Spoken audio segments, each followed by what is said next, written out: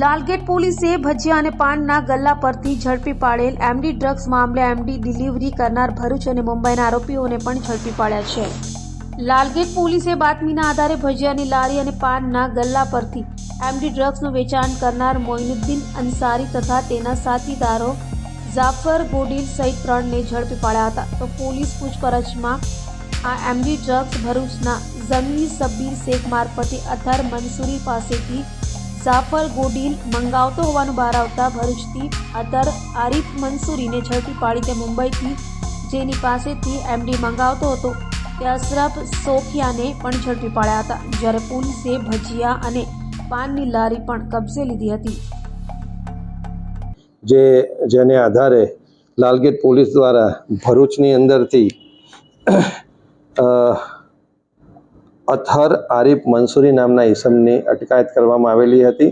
આ અથર આરિફ મંસૂરી જે છે એ અહીંયા લાલગેટની અંદર આ લોકોને એમડી સપ્લાય કરતો હતો અને આ અથર આરિફ મંસૂરીની તાત્કાલિક ધરપકડ કર્યા બાદ તેનું ઇન્ટ્રોગેશન કરતા અથર આરિફ મંસૂરી એ આ એમડી બોમ્બેના અશરફ અબ્દુલ રજાક સોખિયા પાસેથી લાવેલ હતો તેમ જણાવતા લાલગેટની ટીમે બોમ્બેમાં રેડ કરી અશરફ અબ્દુલ રજાક સોખિયાની પણ ધરપકડ કરેલી છે।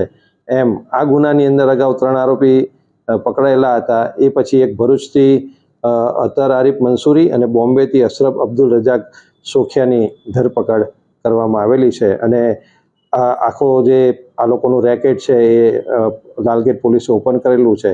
હજુ પણ અશરફ અબ્દુલ રજાક સોખિયા છે એ આ એમડી ક્યાંથી લાવે છે તેના માટે પોલીસ કસ્ટડી રિમાન્ડ મેળવી ફર્ધર તપાસ કરવામાં આવશે અને જે 3 આરોપીઓ લાલગેટ પોલીસ સ્ટેશને પકડેલા છે એ આરોપીઓ કોને વેચતા હતા તેની ઊંડાણપૂર્વક તપાસ લાલગેટ પોલીસ દ્વારા કરવામાં આવશે।